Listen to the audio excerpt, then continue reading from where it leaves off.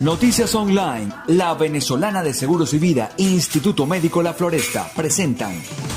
Chicos, ¿qué tal? Les saluda Héctor Matos, bienvenidos a Noticias Online, las noticias en redes sociales. El líder opositor Juan Guaidó aseguró que el diálogo con el gobierno del presidente Nicolás Maduro no funciona y por lo tanto su continuidad es incierta.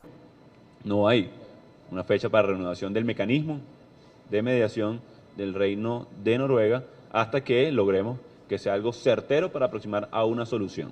Durante un acto en el que designó a varios colaboradores, Guaidó insistió en la exigencia de nuevas elecciones.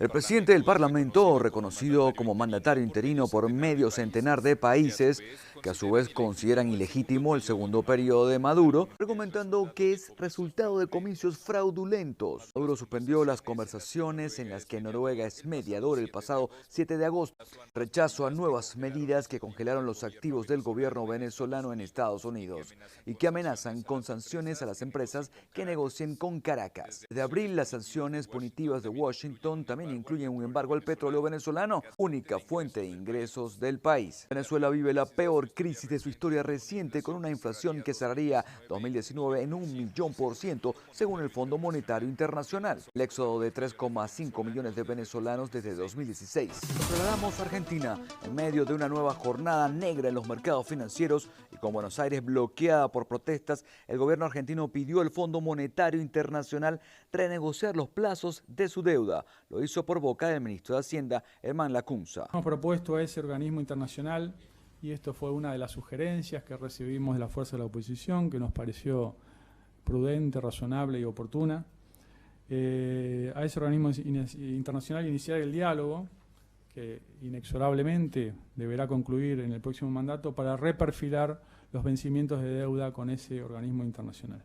El gobierno de Macri también pidió a sus acreedores institucionales un aplazamiento del repago de la deuda, reconociendo dificultades de liquidez. Poco después, en un comunicado, el Fondo Monetario Internacional anunció que seguirá al lado de Buenos Aires en estos momentos difíciles. Todo esto en un día en el que el dólar se colocó por encima de los 60 pesos, llevando al Banco Central a tomar medidas de emergencia para frenar la depreciación de la moneda.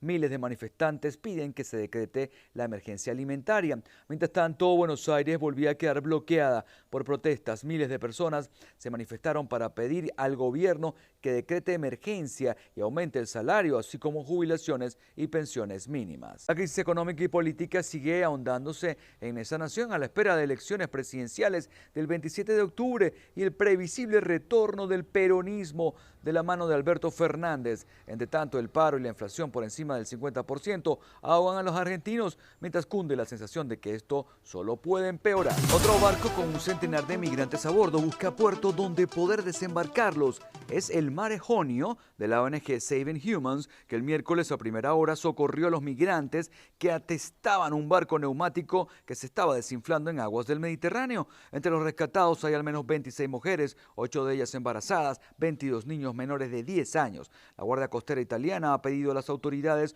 un puerto para la embarcación que tiene bandera italiana. Sin embargo, fiel a su política de puertos cerrados, el todavía ministro de Interior Matteo Salvini ha prohibido que el Mare Jonio entre aguas territoriales del país. La semana pasada, Malta recibió a los 356 migrantes del buque Ocean Viking después de un acuerdo de repartición alcanzado por varios países europeos. Y de esta forma llegamos al final de Noticias Online, las noticias en redes sociales.